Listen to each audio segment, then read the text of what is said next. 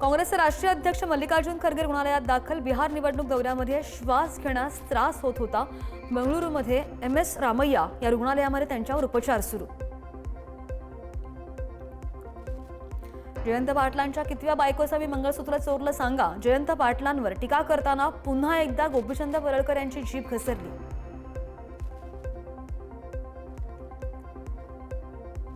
राष्ट्रीय स्वयंसेवक संघाचे संस्थापक डॉक्टर केशव बळीराम हेडगेवार यांना भारतरत्न द्या.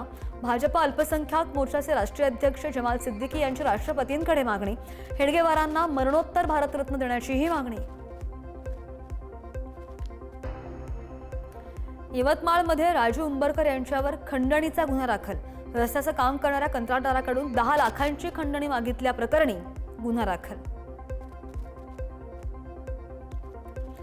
भगवानगडावर दसरा मेळाव्यामध्ये सर्वांनी मोठ्या संख्येने हजर राहण्याचं नवनाथ वाघमारे यांचं आवाहन.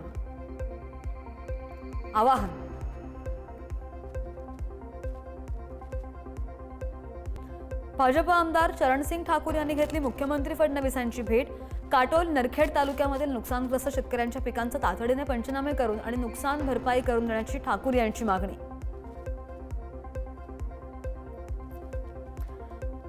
पूजा खेडकर हिच्या आईला अंतरिम जामीन मंजूर. ड्रायव्हरच्या अपहरण प्रकरणामध्ये जामीन मंजूर. मनोरमा खेडकर यांना कोर्टाकडून दिलासा. अनिल अंबानी यांच्याशी संबंधित मुंबई आणि मध्य प्रदेशसह 6 ठिकाणी छापेमारी. फेमा कायद्याचं उल्लंघन झाल्याप्रकरणी ईडीकडून छापेमारी. अंबानींवर मनी लॉन्ड्रिंग संदर्भात गुन्हा दाखल. नांदेडमध्ये अतिवृष्टीमुळे निवृत्ती कदम या शेतकरी मुलाची आत्महत्या.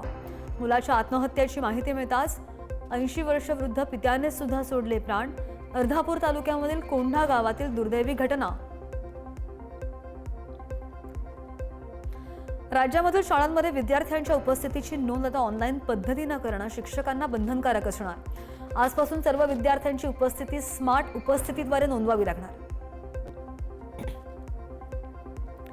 जालन्यामध्ये आज धनगर समाजाच्या वतीनं भव्य रास्ता रोको आणि चक्काजाम आंदोलन. धनगर बांधव आपल्या शेळ्या मेंढ्यांसह करणार रास्ता रोको. सकाळी 11 वाजल्यापासून दुपारी 2 वाजेपर्यंत होणार आंदोलन.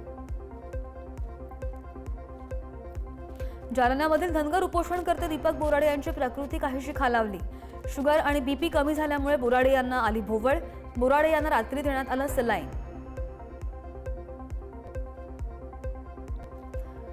नांदेडमध्ये काँग्रेसचं आंदोलन. केरळमधील भाजपा प्रवक्ते पिंटू महादेव यांच्या विरोधात मकोका अंतर्गत कारवाईची केली मागणी.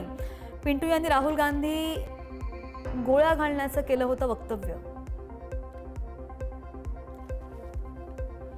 जालन्याच्या कैकाळी मोहल्ला भागामध्ये गावठी हातभट्टी दारू अड्ड्यांवर पोलिसांचा छापा.